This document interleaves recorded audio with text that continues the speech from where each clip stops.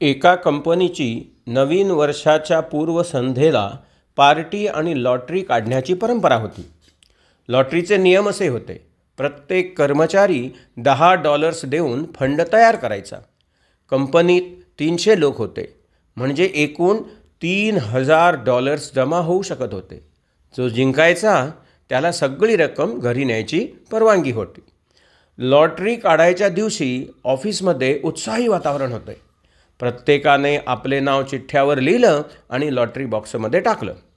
मात्र एका तरुणाची नाव लिहिताना थोडीशी द्विधा मनस्थिती झाली, कारण त्याला माहिती होतं की कंपनीच्या सफाई करणाऱ्या बाईच्या आजारी आणि अशक्त मुलाला नवीन वर्षाच्या पहाटे शस्त्रक्रिया करायची होती, पण त्यांच्याकडे त्या शस्त्रक्रियेचे पैसे नव्हते.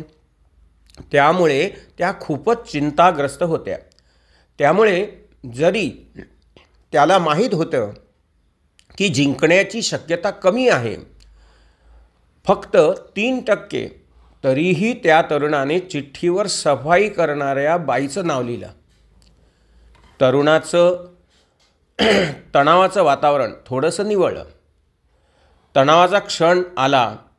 बॉसने लॉटरी बॉक्समध्ये हात घातला आणि शेवटी एक चिठ्ठी काढली.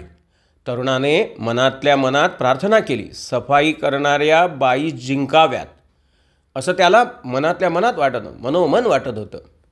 आणि आश्चर्य, काय घडलं? चमत्कारच घडला. जिंकणारे नाव सफाई करणाऱ्या बाईचंच होतं.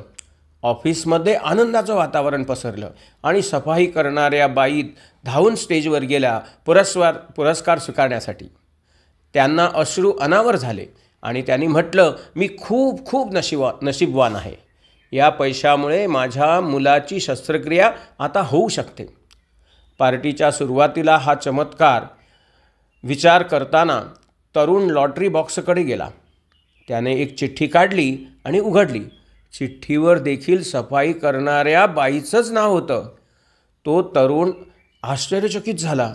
त्याने आणखी काही चिठ्ठ्या काढल्या. जरी हस्ताक्षर वेगळं होतं, तरी नाव सगळ्या चिठ्ठ्यावर तेच होतं, सफाई करणाऱ्या बाईचंच.